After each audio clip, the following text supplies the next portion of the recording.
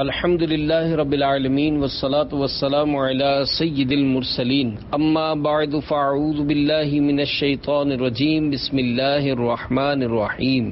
نعت خواں اور نذرانہ۔ نعت مصطفیٰ پڑھنا سننا یقیناً نہایت عمدہ عبادت ہے، مگر قبولیت کی کنجی اخلاص ہے۔ نعت شریف پڑھنے پر اجرت لینا دینا حرام اور جہنم میں لے جانے والا کام ہے۔ برائے کرم سگے مدینہ عفیہ عنہ کے مکتوب کے صرف 24 صفحات مکمل سن لیجئے، انشاءاللہ عز وجل قلب میں اخلاص کا چشمہ موجزن ہوگا۔ درود شریف کی فضیلت۔ اللہ پاک کے پیارے نبی صلی اللہ تعالی علیہ وآلہ وسلم کا فرمان عظمت نشان ہے، جس نے دن اور رات میں میری طرف شوق و محبت کی وجہ سے 3 مرتبہ درود پاک پڑھا، اللہ عز و جل پر حق ہے کہ وہ اس کے اس دن اور رات کے گناہ بخش دے۔ صلو علی الحبیب صلی اللہ تعالی علی محمد۔ بسم اللہ الرحمن الرحیم۔ سگے مدینہ محمد الیاس عطار قادری رضوی کی جانب سے بلبل مدینہ، میرے میٹھے میٹھے مدنی بیٹے، سلمہ الباری کی خدمت میں حضرت سیدنا حسان رضی اللہ تعالی عنہ کی معمبریں جبیں کو چومتا ہوا جھومتا ہوا مشک بارو پر بہار سلام۔ السلام علیکم ورحمۃ اللہ وبرکاتہ۔ الحمد للہ رب العالمین علی کل حال۔ رضا جو دل کو بنانا تھا جلوہ گاہ حبیب، تو پیارے قید خودی سے رہیدہ ہونا تھا۔ 21 صفر المظفر 1425 کو نگران شورا نے کراچی کے نعت خواں اسلامی بھائیوں سے اجلاس فرمایا۔ انہوں نے جب حرص و طمع کی مذمت بیان کر کے اس بات پر ابھارا کہ اجتماع ذکر و نعت میں ہر نعت خواں اپنی باری آنے پر اعلان کر دے مجھے کسی قسم کا نذرانہ نہ دیا جائے، میں اس کو قبول نہیں کروں گا، اس پر آپ نے ہاتھ اٹھا کر اس عزم کا اظہار فرمایا کہ میں انشاءاللہ عز و جل اعلان کر دیا کروں گا۔ یہ خبر فرحت اثر سن کر میرا دل خوشی سے باغ بلکہ باغ مدینہ بن گیا۔ اللہ عز و جل آپ کو اس عظیم مدنی نیت پر استقامت بخشے۔ میرے دل سے یہ دعائیں نکل رہی ہیں کہ مجھے اور آپ کو اور جس نے یہ مدنی نیت کی ہے اس کو اللہ عز و جل دونوں جہاں میں خوش رکھے، ایمان کی حفاظت اور حتمی مغفرت سے نوازے، مدینے کے سدا بہار پھولوں کی طرح ہمیشہ مسکراتا رکھے، حب جاہ و مال کی اندھیریوں سے نکل کر عشق رسول صلی اللہ علیہ وآلہ وسلم کی روشنیوں میں ڈوب کر خوب نعتیں پڑھنے سننے کی سعادت بخشے۔ کاش خود بھی روتے رہیں اور سامعین کو بھی رلاتے اور تڑپاتے رہیں، ریاکاری سے حفاظت ہو اور اخلاص کی لا زوال دولت ملے۔ آمین بجاہ النبی الامین صلی اللہ تعالی علیہ وآلہ وسلم۔ نعت پڑھتا رہوں نعت سنتا رہوں، آنکھ پر نم رہے دل مچلتا رہے، ان کی یادوں میں ہر دم میں کھویا رہوں، کاش سینہ محبت میں جلتا رہے۔ نعت شریف شروع کرنے سے قبل یا دوران نعت لوگ جب نذرانہ لے کر آنا شروع ہوں اس وقت مناسب خیال فرمائیں تو اس طرح اعلان فرما دیجئے۔ پیارے پیارے اسلامی بھائیوں، دعوت اسلامی کے نعت خواں کے لیے مدنی مرکز کی طرف سے ہدایت ہے کہ وہ کسی قسم کا نذرانہ، لفافہ یا تحفہ خواہ وہ پہلے یا آخر میں یا دوران نعت ملے قبول نہ کرے۔ ہم اللہ تعالیٰ کے عاجز و ناتواں بندے ہیں، برائے کرم نذرانہ دے کر نعت خواں کو امتحان میں مت ڈالیے۔ رقم آتی دیکھ کر اپنے دل کو قابو میں رکھنا مشکل ہوتا ہے۔ نعت خواں کو اخلاص کے ساتھ صرف اللہ عز و جل اور اس کے پیارے رسول صلی اللہ تعالی علیہ وآلہ وسلم کی رضا کی طلب میں نعت شریف پڑھنے دیں، لہذا نوٹوں کی برسات میں نہیں بلکہ بارش انوار و تجلیات میں نہاتے ہوئے نعت شریف پڑھنے دیں، اور آپ بھی ادب کے ساتھ بیٹھ کر نعت پاک سنیں۔ مجھ کو دنیا کی دولت نظر چاہیے، شاہ کوثر کی میٹھی نظر چاہیے۔ نعت خواں یہ اعلان اپنی ڈائری میں محفوظ فرما لیں تو سہولت رہے گی انشاءاللہ عز وجل۔ پیارے نعت خواں، نعت خوانی میں ملنے والا نذرانہ جائز بھی ہوتا ہے اور ناجائز بھی۔ آئندہ سطور بغور سن لیجئے۔ 3 بار سننے کے باوجود سمجھ میں نہ آئے تو علماء اہل سنت سے رجوع کیجئے۔ پروفیشنل نعت خواں۔ میرے آقا اعلی حضرت امام اہل سنت ولی نعمت عظیم البرکت عظیم المرتبت پروانہ شمع رسالت مجدد دین و ملت حامی سنت ماحی بدعت عالم شریعت پیر طریقت باعث خیر و برکت حضرت علامہ مولانا الحاج الحافظ القاری شاہ امام احمد رضا خان علیہ رحمت الرحمن کی خدمت میں سوال ہوا۔ زید نے اپنے 5 روپے فیس مولود شریف کی پڑھوائی کے مقرر کر رکھے ہیں، بغیر 5 روپیہ فیس کے کسی کے یہاں جاتا نہیں۔ میرے آقا اعلی حضرت رحمت اللہ تعالی علیہ نے جواباً ارشاد فرمایا، زید نے جو اپنی مجلس خوانی خصوصاً راگ سے پڑھنے کی اجرت مقرر کر رکھی ہے ناجائز و حرام ہے، اس کا لینا اسے ہرگز جائز نہیں، اس کا کھانا صراحتاً حرام کھانا ہے۔ اس پر واجب ہے کہ جن جن سے فیس لی ہے یاد کر کے سب کو واپس دے، وہ نہ رہے ہوں تو ان کے وارثوں کو پھیرے، پتہ نہ چلے تو اتنا مال فقیروں پر تصدق کرے اور آئندہ اس حرام خوری سے توبہ کرے تو گناہ سے پاک ہو۔ اول تو سید عالم صلی اللہ تعالی علیہ وآلہ وسلم کا ذکر پاک خود عمدہ طاعات و اجل عبادات سے ہے اور طاعت و عبادت پر فیس لینی حرام۔ امام مؤذن معلم دینیات اور واعظ وغیرہ اس سے مستثنی ہیں۔ ثانیاً بیان سائل سے ظاہر ہے کہ وہ اپنی شعر خوانی و زمزمہ سنجی یعنی راگ اور ترنم سے پڑھنے کی فیس لیتا ہے، یہ بھی محض حرام۔ فتاوی عالمگیری میں ہے، گانا اور اشعار پڑھنا ایسے اعمال ہیں کہ ان میں کسی پر اجرت لینا جائز نہیں۔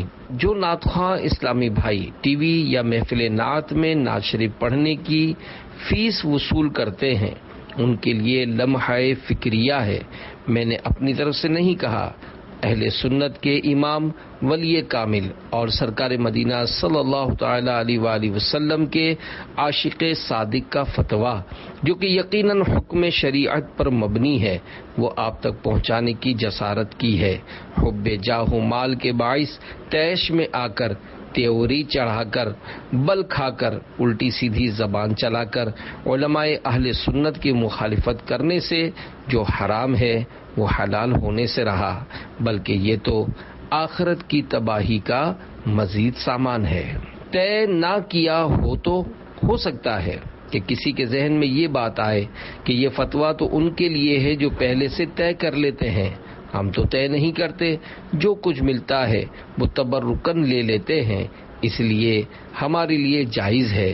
ان کی خدمت میں سرکار اعلی حضرت رحمت اللہ تعالی علیہ کا ایک اور فتویٰ حاضر ہے، سمجھ میں نہ آئے تو 3 بار سن لیجئے۔ تلاوت قرآن عظیم بغرض ایصال ثواب و ذکر شریف میلاد پاک حضور سید عالم صلی اللہ تعالی علیہ وآلہ وسلم ضرور من جملہ عبادات و طاعت ہیں، تو ان پر اجارہ بھی ضرور حرام و محظور یعنی ناجائز، اور اجارہ جس طرح صریح عقد زبان یعنی واضح قول و قرار سے ہوتا ہے، عرفاً شرط معروف و معہود یعنی رائج شدہ انداز سے بھی ہو جاتا ہے۔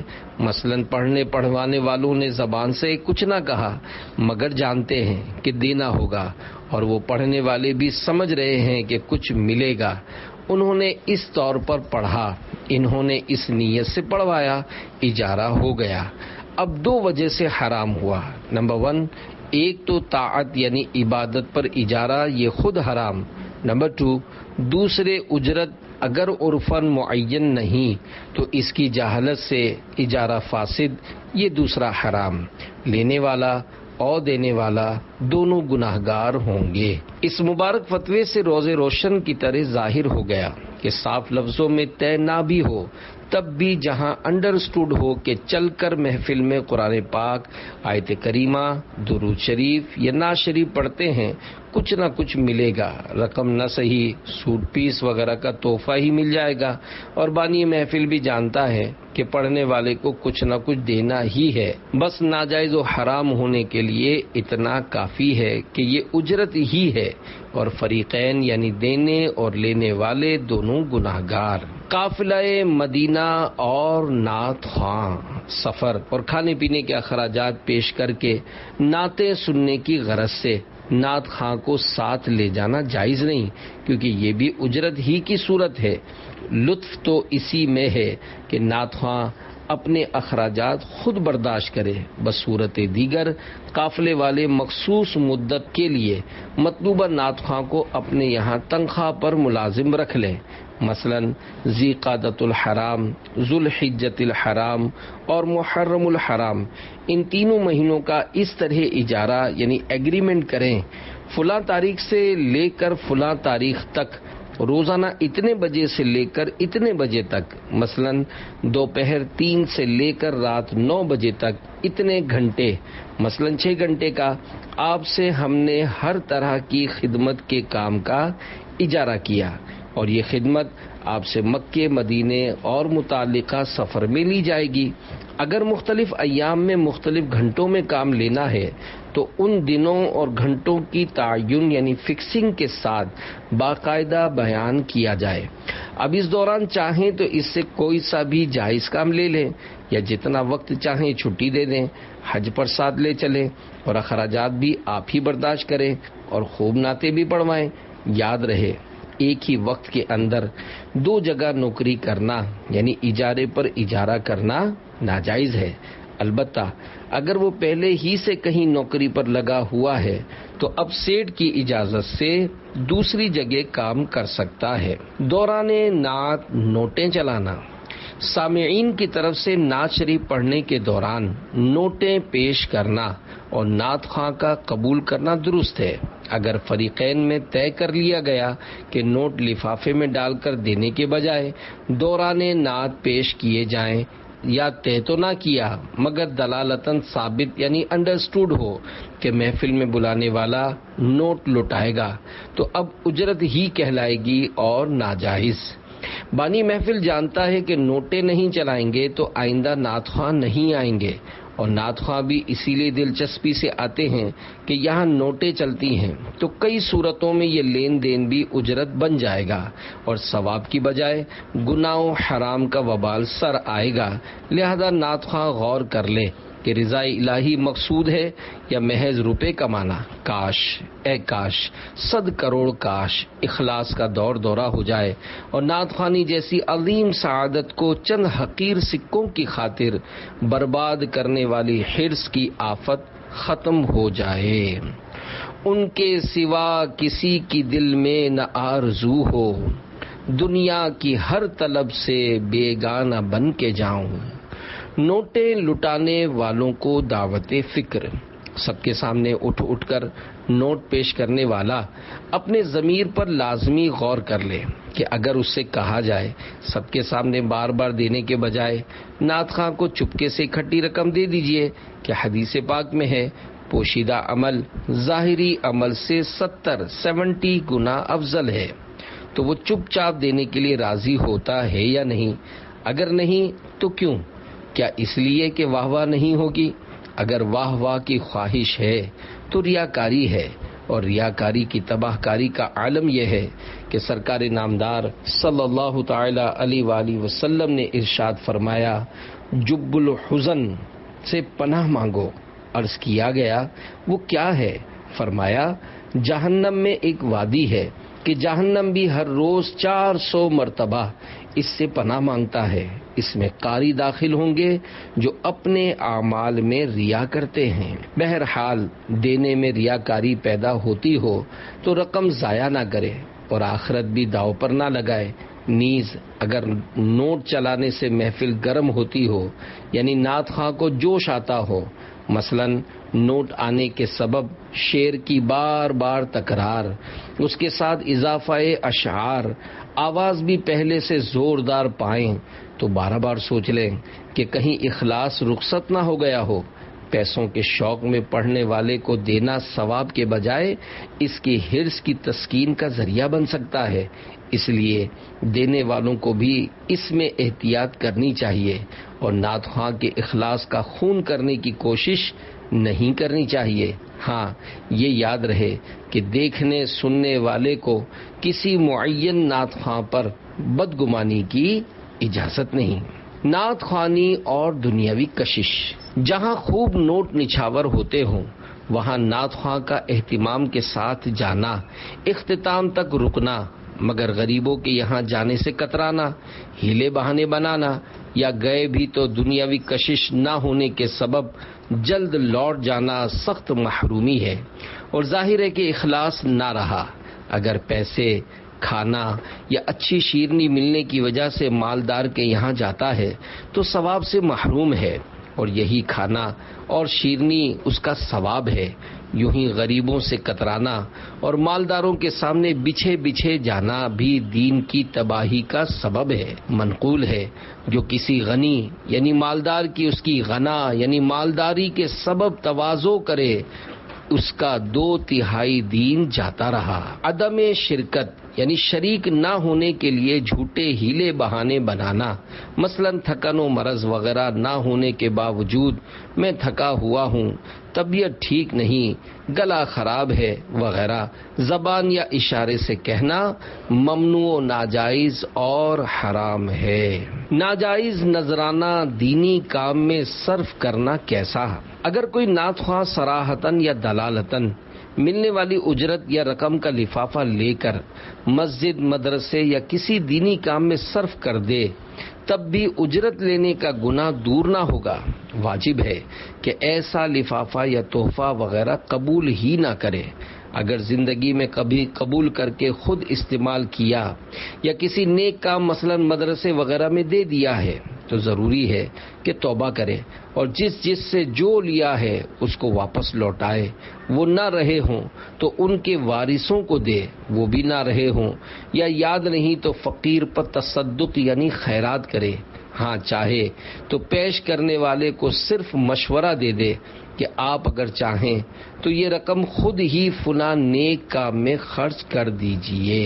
سرکار صلی اللہ تعالی علیہ وآلہ وسلم نے چادر عطا فرمائی۔ سرکار مدینہ صلی اللہ تعالی علیہ وآلہ وسلم نے اپنی نعت شریف سن کر سیدنا امام شرف الدین بوصیری رحمت اللہ تعالی علیہ کو خواب میں برد یمانی یعنی یمنی چادر عنایت فرمائی، اور بیدار ہونے پر وہ چادر مبارک ان کے پاس موجود تھی۔ اسی وجہ سے اس نعت شریف کا نام قصیدہ بردہ شریف مشہور ہوا۔ اگر اس واقعے کو دلیل بنا کر کوئی کہے کہ نعت خواں کو نذرانہ دینا سنت اور قبول کرنا تبرک ہے تو اس کا جواب یہ ہے کہ بے شک سرکار دو عالم نور مجسم شاہ بنی آدم صلی اللہ تعالی علیہ وآلہ وسلم کا عطا فرمانا سر آنکھوں پر یقیناً سرکار علی وقار مدینے کے تاجدار صلی اللہ تعالی علیہ وآلہ وسلم کے اقوال و افعال مبارکہ عین شریعت ہیں، مگر یاد رہے سرکار عالم مدار شہنشاہ ابرار صلی اللہ تعالی علیہ وآلہ وسلم نے برد یمانی عطا کرنے کا طے نہیں فرمایا تھا، نہ ہی معاذ اللہ امام بوصیری رحمت اللہ تعالی علیہ نے شرط رکھی تھی کہ چادر ملے تو پڑھوں گا، بلکہ ان کے تو وہم و گمان میں بھی نہیں تھا کہ برد یمانی عنایت ہوگی۔ آج بھی اس کی تو اجازت ہی ہے کہ نہ اجرت طے ہو اور نہ ہی دلالتاً ثابت یعنی انڈرسٹوڈ ہو، اور نعت خواں کے وہم و گمان میں بھی نہ ہو، اور اگر کوئی کروڑوں روپے دے دے تو یہ لینا دینا یقیناً جائز ہے۔ اور جس خوش نصیب کو اللہ پاک کے پیارے نبی صلی اللہ علیہ وآلہ وسلم کچھ عطا فرما دیں، خدا کی قسم اس کی سعادتوں کی معراج ہے، اور رہا سرکار نامدار صلی اللہ تعالی علیہ وآلہ وسلم سے مانگنا تو اس میں بھی کوئی مذائقہ نہیں، اور اپنے آقا صلی اللہ علیہ وآلہ وسلم سے مانگنے میں نعت خواں و غیر نعت خواں کی کوئی قید بھی نہیں، ہم تو انہی کے ٹکڑوں پہ پل رہے ہیں۔ اللہ پاک کے پیارے نبی صلی اللہ تعالی علیہ وآلہ وسلم کا فرمان عنایت نشان ہے، اللہ عز و جل عطا کرتا ہے اور میں تقسیم کرتا ہوں۔ رب ہے معطی یہ ہیں قاسم، رزق اس کا ہے کھلاتے یہ ہیں، ٹھنڈا ٹھنڈا میٹھا میٹھا پیتے ہم ہیں پلاتے یہ ہے۔ نعت خواں اور کھانا، قاری و نعت خواں کو کھانا پیش کرنے کے سلسلے میں میرے آقا اعلی حضرت رحمت اللہ تعالی علیہ نے ارشاد فرمایا، پڑھنے کی عوض کھانا کھلاتا ہے تو یہ کھانا نہ کھلانا چاہیے، نہ کھانا چاہیے، اور اگر کھائے گا تو یہی کھانا اس کا ثواب ہو گیا۔ یعنی مزید ثواب کیا چاہتا ہے، بلکہ جاہلوں میں یہ جو دستور ہے کہ پڑھنے والوں کو عام حصوں سے دونا یعنی ڈبل دیتے ہیں، اور بعض احمق پڑھنے والے اگر ان کو اوروں سے دونا نہ دیا جائے تو اس پر جھگڑتے ہیں، یہ زیادہ لینا دینا بھی منع ہے اور یہی اس کا ثواب ہو گیا۔ قال اللہ تعالی، یعنی اللہ تعالی فرماتا ہے، لا تشتروا بآیاتی ثمنا قلیلا، ترجمہ کنز ایمان، میری آیتوں کے بدلے تھوڑے دام نہ لو۔ سب کے لیے کھانا، اسی صفحے پر ایک دوسرے فتوے میں ارشاد فرمایا، جب کسی کے یہاں شادی میں عام دعوت ہے، جیسے سب کو کھلایا جائے گا، پڑھنے والوں کو بھی کھلایا جائے گا، اس میں کوئی زیادت و تخصیص نہ ہوگی، یعنی دوسروں کے مقابلے میں نہ زیادہ ملے گا نہ ہی کوئی اسپیشل ڈش ہوگی، تو یہ کھانا پڑھنے کا معاوضہ نہیں، کھانا بھی جائز اور کھلانا بھی جائز۔ اعلی حضرت کے فتوے کا خلاصہ، قاری اور نعت خواں کی دعوت سے متعلق امام اہل سنت رحمت اللہ تعالی علیہ کے فتاوی سے جو امور واضح ہوئے وہ یہ ہیں۔ نمبر 1، کھانا کھلانے والے کے لیے جائز نہیں کہ وہ ان نیک کاموں کی اجرت کے طور پر مذکورہ افراد کو کھانا کھلائے۔ نمبر 2، قاری اور نعت خواں کے لیے ناجائز ہے کہ وہ بطور اجرت دعوت کھائیں۔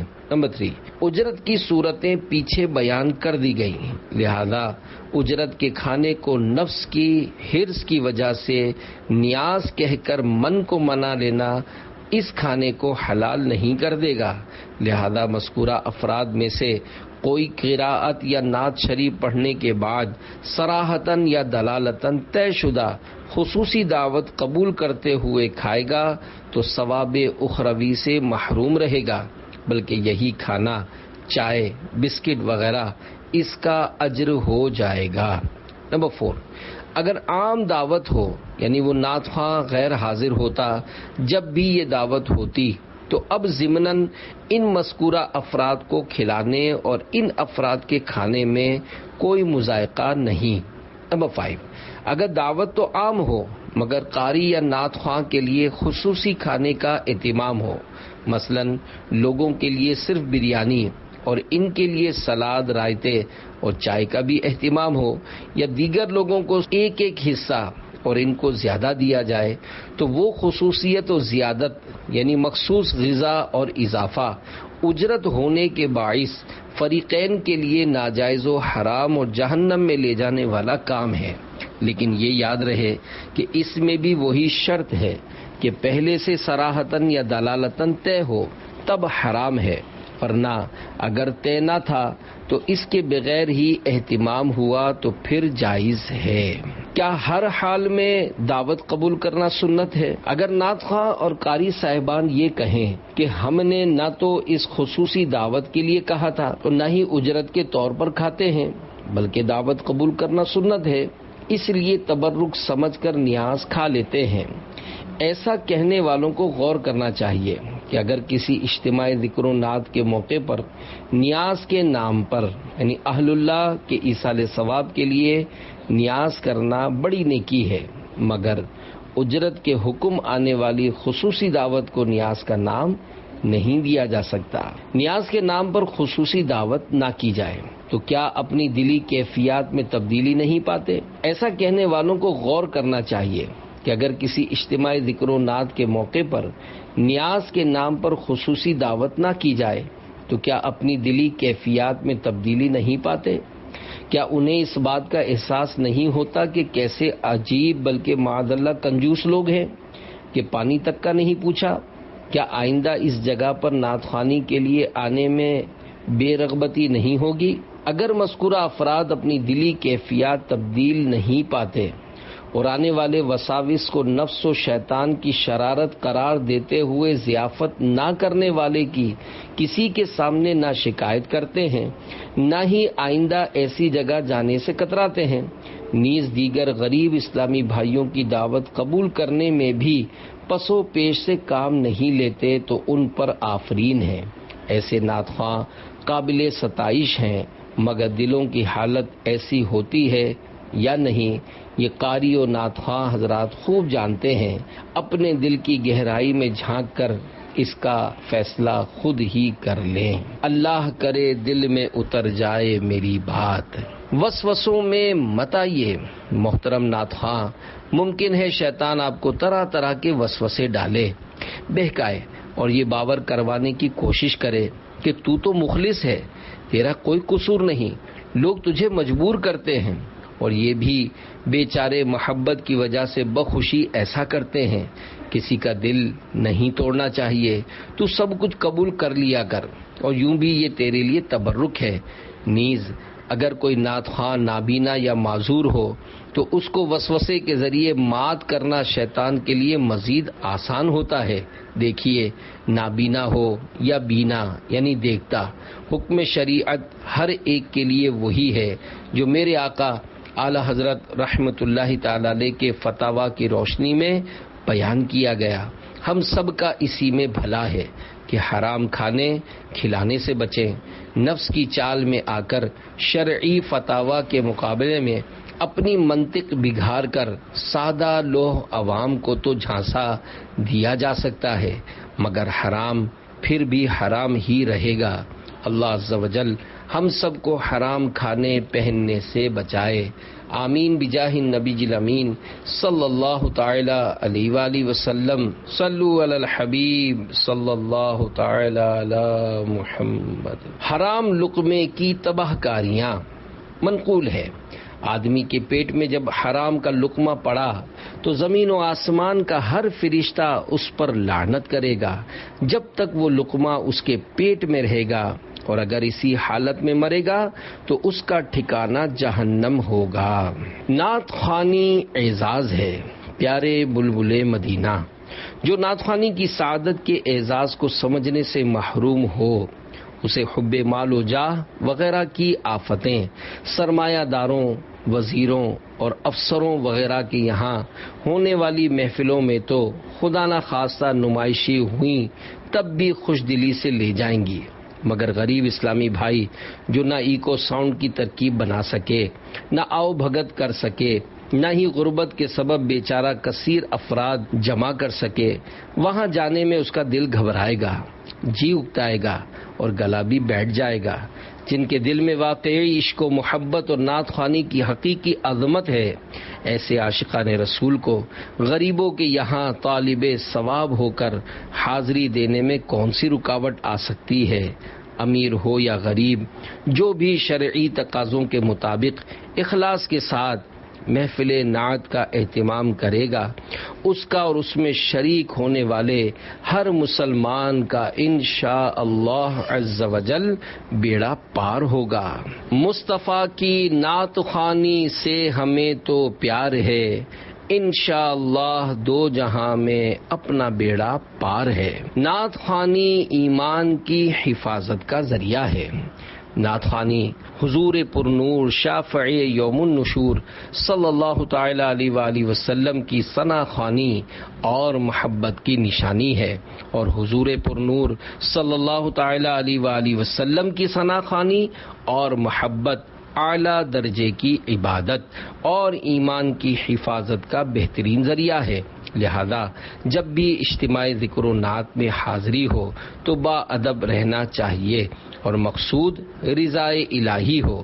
جہاں اختتام پر لنگر وغیرہ کا اہتمام ہوتا ہو ایسی جگہ تاخیر سے پہنچنا سخت معیوب اور اپنے لیے غیبت، تہمت اور بدگمانی کا دروازہ کھولنے کا سبب ہے۔ ایسوں کے بارے میں بسا اوقات اس طرح کی گناہوں بھری باتیں کی جاتی ہیں، کھانے کا لالچی ہے، کھانے کے وقت ہی پہنچتا ہے وغیرہ۔ ہاں جو مجبور ہے وہ معذور ہے۔ نعت خواں کی حکایت۔ اب مخلص نعت خواں کی فضیلت اور معمولی سی بے احتیاطی کی شامت پر مشتمل نہایت ہی عبرت آموز حکایت ملاحظہ فرمائیے۔ چنانچہ حضرت سیدنا محمد بن ترین مداح رسول یعنی نعت خواں کے متعلق مشہور ہے کہ انہیں جاگتے میں حضور صلی اللہ تعالی علیہ وآلہ وسلم کی آمنے سامنے زیارت ہوتی تھی۔ جب وہ صبح کے وقت روضہ اطہر حاضر ہوئے تو حضور انور صلی اللہ تعالی علیہ وآلہ وسلم نے ان سے اپنی قبر انور میں سے کلام فرمایا۔ یہ نعت خواں اپنے اسی مقام پر فائز رہے، حتیٰ کہ ایک شخص نے ان سے درخواست کی کہ شہر کے حاکم کے پاس اس کی سفارش کریں۔ آپ رحمت اللہ تعالی علیہ حاکم کے پاس پہنچے اور سفارش کی۔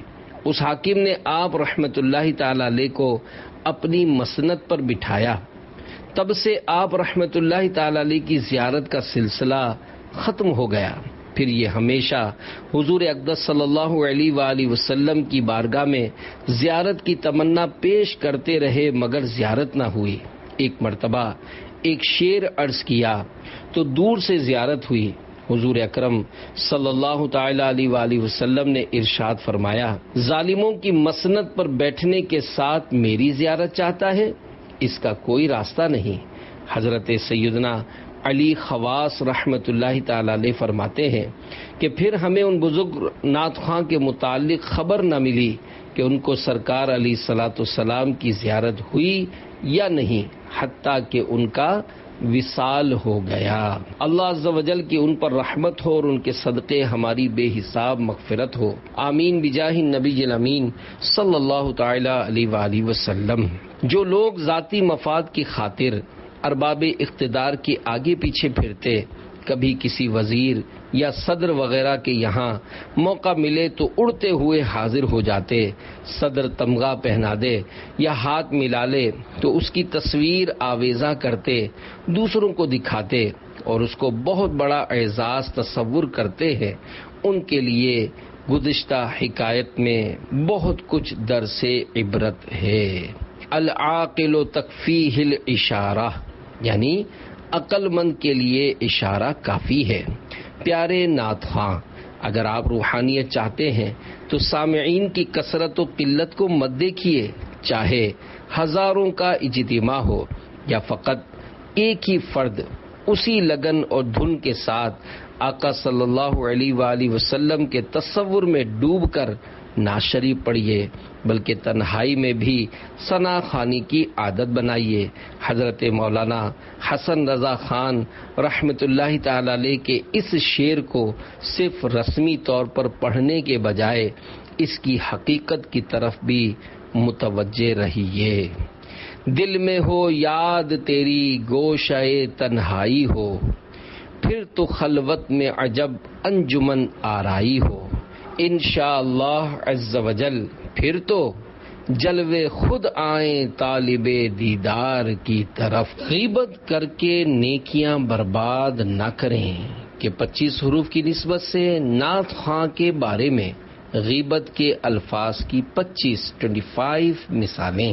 میراثی ہے، اس کو نعت پڑھنے کا ڈھنگ نہیں آتا، اس کی آواز بس ایسی ہی ہے، اس کی آواز بے سری ہے، پھٹے ہوئے ڈھول جیسی آواز ہے، دوسرے نعت خواں کی طرزیں چراتا ہے، دوسروں کے شعر چرا کر خود شاعر بن بیٹھا ہے، پیسوں کے لیے نعت پڑھتا ہے، یہ تو پروفیشنل نعت خواں ہے، صرف بڑی پارٹیوں کی محفلوں میں جاتا ہے، اس میں اخلاص نہیں ہے، زیادہ لوگ ہوں یا ایکو ساؤنڈ ہو جب ہی پڑتا ہے، جب آتا ہے مائک نہیں چھوڑتا، دوسروں کی باری ہی نہیں آنے دیتا، جان بوجھ کر رونے جیسی آواز نکالتا ہے، آہا بڑا مہنگا سوٹ پہن رکھا ہے، ضرور نعت خوانی کروانے والوں نے لے کر دیا ہوگا۔ اس کی ادائیں دیکھو، لگتا ہے گانا گا رہا ہے۔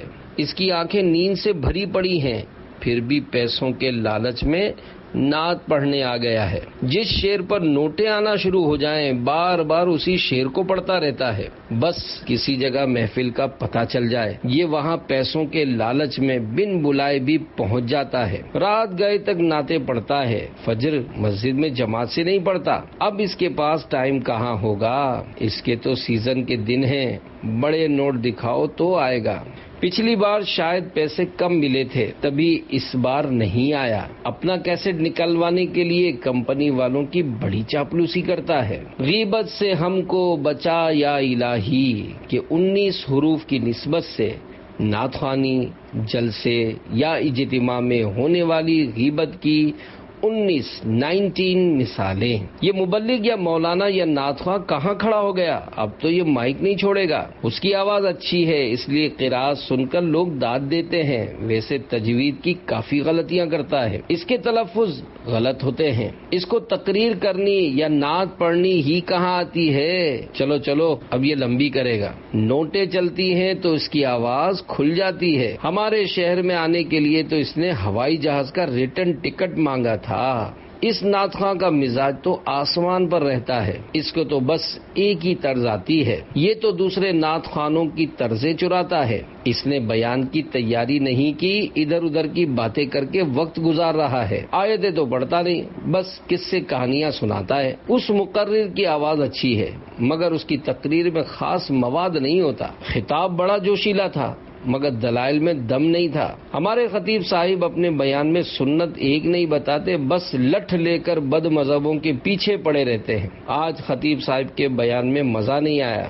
وہ مولانا صاحب جلسے میں دیر سے آنے کے عادی ہیں، فلاں کی تقریر میں بس جوش ہی جوش ہوتا ہے، اپنے پلے کچھ بھی نہیں پڑتا۔ غیبت کرنے والے قیامت میں کتے کی شکل میں اٹھیں گے کہ 40 حروف کی نسبت سے نعت خوانوں کے مابین ہونے والی غیبتوں کی 40 مثالیں۔ دعوت اسلامی کے اشاعتی ادارے مکتبۃ المدینہ کی مطبوعہ 505 صفحات پر مشتمل کتاب غیبت کی تباہ کاریاں صفحہ 410 تا 411 پر ہے۔ نعت خوانی نہایت عمدہ عبادت ہے، سریلی آواز بے شک رب العزت عز و جل کی عنایت ہے، مگر اس میں امتحان بہت سخت ہے۔ جسے اخلاص مل گیا وہی کامیاب ہے۔ بعض نعت خواں ماشاء اللہ عز و جل زبردست عاشق رسول ہوتے ہیں جو کہ بغیر کسی دنیاوی لالچ کے آنکھیں بند کیے عشق رسول میں ڈوب کر نعت شریف پڑھتے ہیں اور سامعین کے دلوں کو تڑپا کر رکھ دیتے ہیں، جبکہ بعض لا ابالی، چنچل اور انتہائی غیر سنجیدہ ہوتے ہیں۔ اس طرح کے نعت خوانوں میں جن بد نصیبوں کا دل خوف خدا عز و جل سے خالی ہوتا ہے، وہ پیچھے سے ایک دوسرے پر جی بھر کر تنقیدیں کرتے، خوب غیبتیں کرتے، آوازوں کی نقلیں اتار کر ٹھیک ٹھاک مذاق اڑاتے اور اوپر سے زوردار قہقہے لگاتے ہیں۔ اللہ الرحمن عز و جل حقیقی مدنی نعت خواں حضرت سیدنا حسان رضی اللہ تعالی عنہ کے صدقے انہیں بھی عشق رسول میں رونے رلانے والا مخلص نعت خواں بنائے۔ آمین بجاہ النبی الامین صلی اللہ تعالی علیہ وآلہ وسلم۔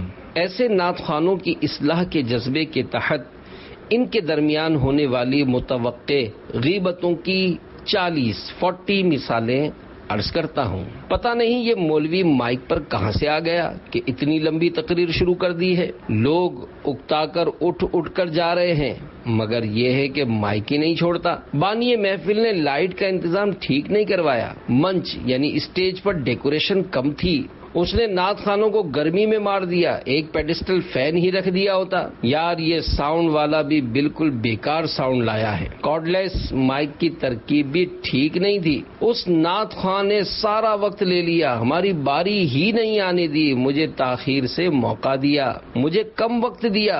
یار یہ نعت خواں مائک پر نہیں آنا چاہیے تھا، اس نے رلانے والی نعت پڑھ کر محفل کا رخ ہی بدل ڈالا۔ لوگ تو جھمانے والی طرز پر نوٹیں لٹایا کرتے ہیں، ہیں۔ یار اس نعت خواہ نے نیا کلام سنا کر بڑی چالاکی سے جیبیں خالی کروا لی ہیں، ہمارے لیے تو کچھ نہیں بچا۔ ارے اس کو مائک کہاں دے دیا؟ ایک تو آواز بے سری ہے اور اوپر سے لمبی کرتا ہے، لوگ اٹھ جاتے ہیں۔ ہم کس کے سامنے نعت پڑھیں گے؟ اعلیٰ حضرت کا کلام پڑھنا نہیں آتا، پرانی طرز میں پڑھتا ہے، پرسوز طرزیں ٹھیک سے نہیں پڑھ پاتا، اس کو جھمانے والے کلام پڑھنے نہیں آتے، عربی کلام نہیں پڑھ پاتا، یہ نعت خواہ طرزیں بگاڑ کر پڑھتا ہے۔ فلاں نعت خواہ جہاں مال زیادہ ہو وہیں جاتا ہے اور وہاں کے حساب سے کلام پڑھتا ہے۔ وہ جب نعت پڑھتا ہے تو اس کا منہ کیسا بن جاتا ہے؟ ارے اس کے نعت پڑھنے کا انداز دیکھا ہے؟ ایسا ٹیڑھا منہ کر کے گلا پھاڑ کر سر بناتا ہے کہ ہنسی روکنا مشکل ہو جاتا ہے۔ بانی محفل بڑا کنجوس ہے،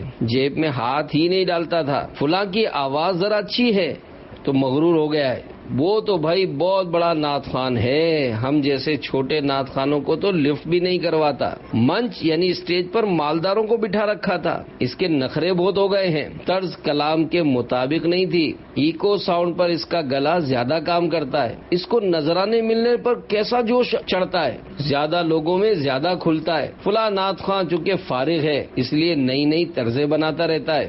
بھائی وہ تو جیسے بہت بڑا نعت خواں ہو، محفل میں اپنی باری کے وقت ہی آتا اور کلام پڑھ کر چلا جاتا ہے۔ اس اور اس نعت خواں کی جوڑی ہے، یہ دونوں کسی کو گھاس نہیں ڈالتے، بار بار ایک ہی کلام پڑھتا ہے، فلاں نعت خواں کی نقالی کرتا ہے، نہ جانے کس شاعر کا کلام اٹھا لایا تھا۔ بانی محفل نے ثنا خانوں کی کوئی خدمت ہی نہیں کی، بانی محفل نے مجھے ٹیکسی کا کرایہ تک نہیں دیا، بہت کنجوس نکلا، گلا پھاڑ پھاڑ کر کھانا سارا ہضم ہو گیا۔ بات کو معلوم ہوا کہ بانی محفل نے ثنا خانوں کے لیے کھانے کا کوئی انتظام ہی نہیں کیا تھا۔ کل جس کی محفل تھی وہ بڑا دلیر تھا، کور کھولا تو 1200 روپے تھے، مگر آج والا بانی محفل کنجوس ہے، 100 روپلی تھما دی۔